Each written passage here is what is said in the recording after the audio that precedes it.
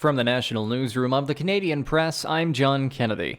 Hundreds of foreign aid workers that went to Haiti to help the locals are now stranded and calling for help amid a near collapse of the country's police force. 65-year-old Richard Phillips of Ottawa says he's one of many who are exhausted and have done everything possible to try and leave the nation, by air and by sea, as the ongoing conflict between anti-government gangs and local police shut down the country's international airports.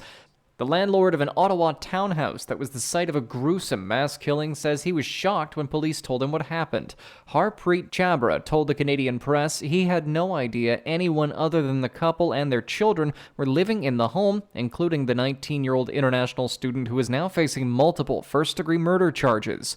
Among the dead were a 35-year-old mother and her 4 children, the youngest of which was only 2.5 months old. The Pentagon says the United States will not be held responsible for any deaths related to food and supply airdrops over Gaza. Reporter Tom Sufi-Barridge is in Jerusalem with details of what the Gazan government says happened on Friday morning. Humanitarian aid dropped from the sky over Gaza, pallets raining down, plunging to the ground. Chaos as desperate Palestinians run to scoop up aid. According to the Hamas-run health ministry, 5 children crushed to death by a pallet. The Pentagon saying it wasn't a US airdrop that caused the casualties. We've confirmed that all of our aid bundles landed safely on the ground. With the UN saying more than 500,000 Gazans are facing starvation, President Biden saying Netanyahu needs to do more to get aid in. Aid officials say deliveries by ships or recent airdrops are far more costly and inefficient than sending trucks in by land.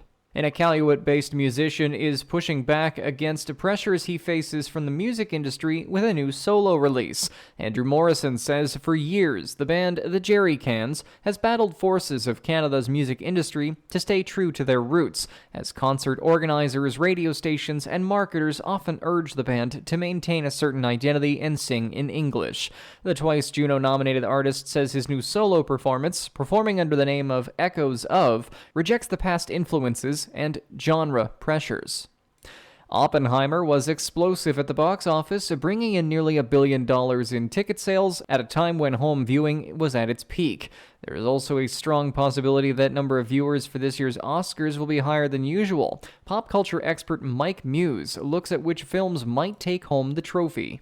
We had big blockbusters such as Oppenheimer and Barbie, and there's been such a discourse around both of those films that a lot of viewers are going to tune in. Oppenheimer is going to be very dominant, I think, walking away from it. Also, it's to the holdovers. Both are really for the Academy. The Oscars will air tomorrow at 7 p.m. Eastern on ABC and CTV.